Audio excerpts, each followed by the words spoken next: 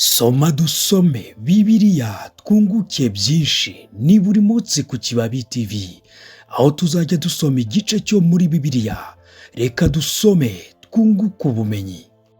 Igitondo cyiza kuri mwese, amahoro y'Imana akomeze kubana namwe mwese mwakoze subscribe ku Kibabi TV. Twageze muri wa mwanya wa soma dusome Bibiliya, tugeze ku gitabo cyo kuva igice cya 24 kigizwe n'imirongo 18. Umutwe w'iki gice uragira uti isezerano ry'Uwiteka n'Abisirayeli rirakomezwa. Imana ibwira Mose iti uzamukane na Aroni na Nadabu n'Abihu n'abakuru b'Abisirayeli 70 mwerekeje aho Uwiteka ari, namwe musenge mukiri kure. Murongo wa kabiri, Mose aba ari we wigira hafi y'Uwiteka wenyine, bo ntibamwigire hafi kandi abandi bantu ntibazamukane nawe. Murongo wa gatatu, Mose araza abwira abantu amagambo y'Uwiteka yose n'amategeko ye yose. Abantu bose bamusubiriza icyarimwe bati ibyo Uwiteka yavuze byose tuzabikora. Murongo wa kane, Mose yandika amagambo y'Uwiteka yose, azinduka kare yubaka igicaniro hasi y'uwo musozi n'inkingi z'amabuye 12 zinganya umubare n'imiryango y'Abisirayeli uko ari 12.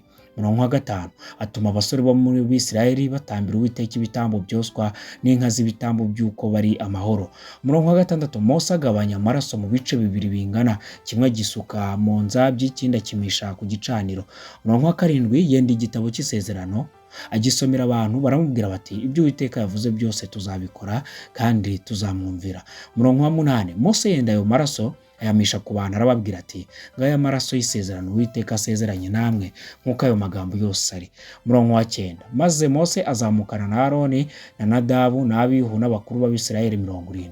Murongo wa 10, bareba Imana y'Abisirayeli munsi y'ibirenge byayo hameze nk'amabuye yashashwe ya safiro ibonerana, ihwanye n'ijuru ry'umupyemure ubwaryo. 11, kandi abatoranyije b'Abisirayeli ntiyagira icyo ibatwara, bareba Imana bararya baranywa. Uwiteka ahamagara Mose ngo yongere kuzamuka umusozi wa Sinayi. Murongo wa 12, Uwiteka abwira Mose ati zamuka uze aho ndi ku musozi ugumeyo, nanjye nzaguha ibisate by'amabuye biriho amategeko n'ibyategetswe nandikiye kubigisha. 13, Mose ahagurukana na Yosuwa umufasha we. Mose azamuka ku musozi w'Imana. 14, abwira babakuru ati mudutegerereze hano mugeze aho tuzagarukira aho muri, kandi Aroni na Huri murasigiranye ushaka kuburana abasange.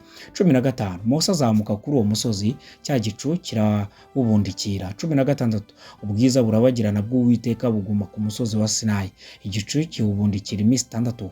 Ku wa karindwi ahamagarira Mose muri icyo gicu.